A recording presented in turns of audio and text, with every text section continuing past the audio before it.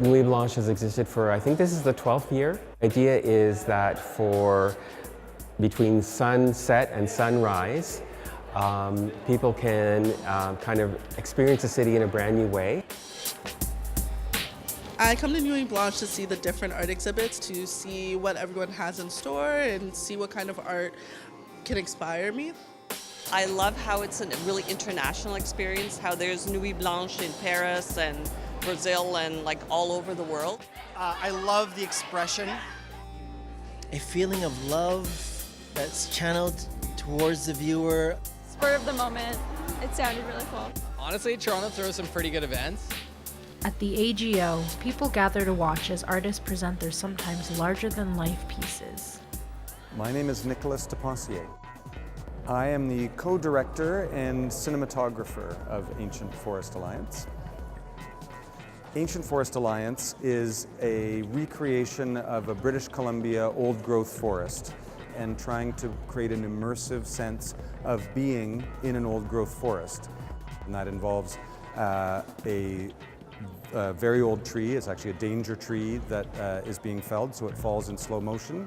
And then several of the trees actually are, they have charges detonated in them, so they're exploding, which is what they do to remove danger trees, as our act of hope, in a way, that change is possible, that we don't just sit back and be passive and feel helpless.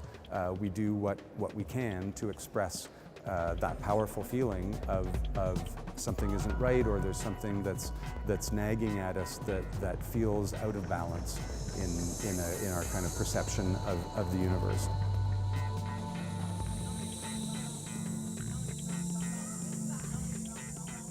My name's Eva Kolza.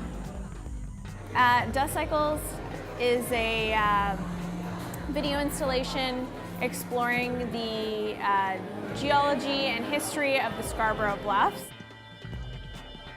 I was interested in how nature, especially in the bluffs with all of the erosion, it's very apparent that it's in a continuous cycle.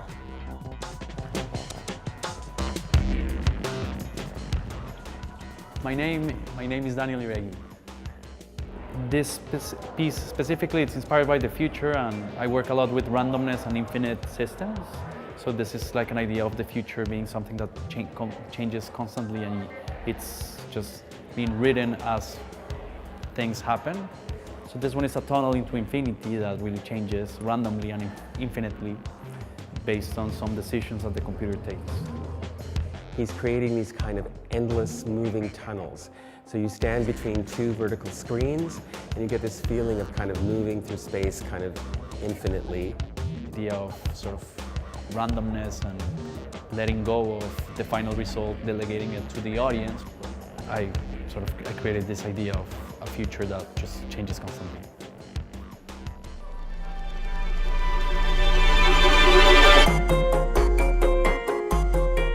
The original concept of Precipice was a result of a collaboration between myself and the composer, Erica Procunier.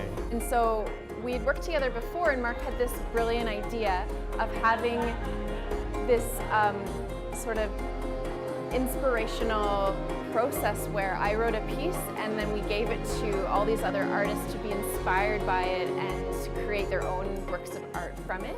It was only until it got in the hands of the students and the faculty that they started proposing things like music remixes, sculptures with projection mapping, virtual reality, a second animated film, a live performance.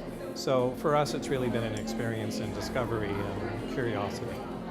I think it has a positive outlook on the future. You see, if you listen to the piece, it has a very distinct beginning and ending, and there's a moment where everything changes, and I think that what I was trying to express was a moment of enlightenment, and I think that it has a very positive outlook on what's in store for us in the future. So for me, there's an interesting parallel here, that the story of Precipice is about the moment of technology and society, and yet The work itself in the exhibition shows that we're actually still connected as human beings, irrespective of technologies.